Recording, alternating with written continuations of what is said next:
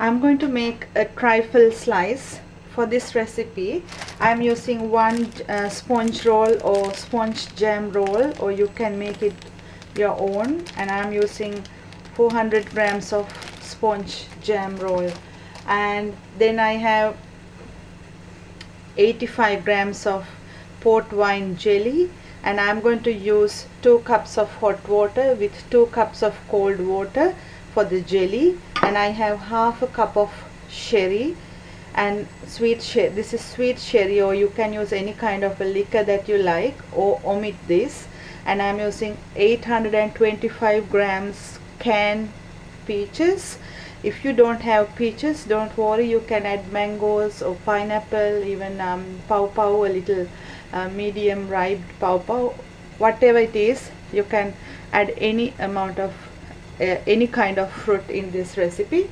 And later on, after leaving this in the fridge for several hours, I am going to do a blancmange on top. For that I'm using 600 ml. I didn't prepare it here because I'm going to do it in the next day or tonight. So for the blancmange I'm using 600 milliliters of milk and 2 tablespoons of sugar and 5 tablespoons of corn flour and a little bit of salt and maybe another tablespoon of butter and some lemon essence or lemon juice or whatever the essence that you like to put in. To start this, I'm going to cut the jam roll first, and my hot water is ready, so I'm going to mix the jelly first in the jug and make 2 cups of jelly from that hot water, and I'm going to leave it aside. Now going to cut the jam roll into thin slices like this.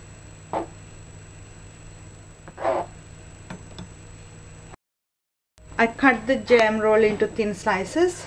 So after that I'm going to lay the jam roll touching each other on a prepared baking dish. I'm not going to bake this anyway, so you can use any dish that you like to use, but this is not a I'm doing a slice, so I can't make this in a trifle bowl. That's why I'm using this tray to do this. I laid the jam roll in the bottom like this, but don't overlap it, just lay it next to each other. Now I'm going to take the sweet sherry and drizzle it over the jam roll. You can reduce the amount of sherry that you are using or increase the amount of sherry that you are using. Even you can use brandy or whiskey, that doesn't matter, that's according to your taste. So after that, going to lay the peaches on top.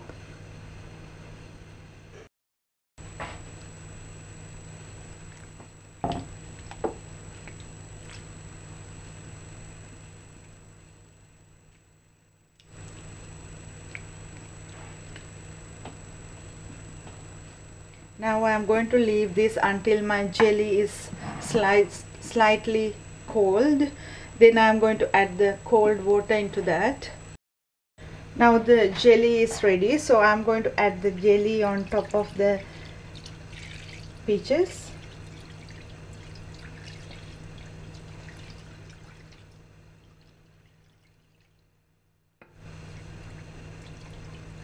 And leave this in the fridge until the jelly is set, and then I'll show you how to do a blancmange. Now I'm going to do the blancmange. For that, into a pot I'm going to add the butter, then the sugar, salt, and next milk. And into that I am going to add the corn flour and stir it well, and going to cook this on medium heat until it's thick and creamy, and after that I'm going to add some lemon essence into that. The blancmange is nice and creamy now, so I'm going to leave it to cool down after adding a little bit of 2-3 drops of lemon essence. Mix it well. I'm going to leave it until it's nice and cool, and after that I'll show you how to do the rest. So the trifle slice actually is ready. So if you are doing a normal trifle, we add custard instead of blancmange, but this is a trifle slice that I'm trying to show you how to do. So I'm going to do the blancmange on the top of the fruits and jelly.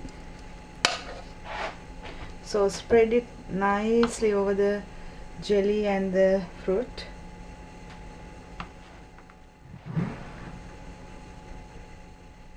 You can add any kind of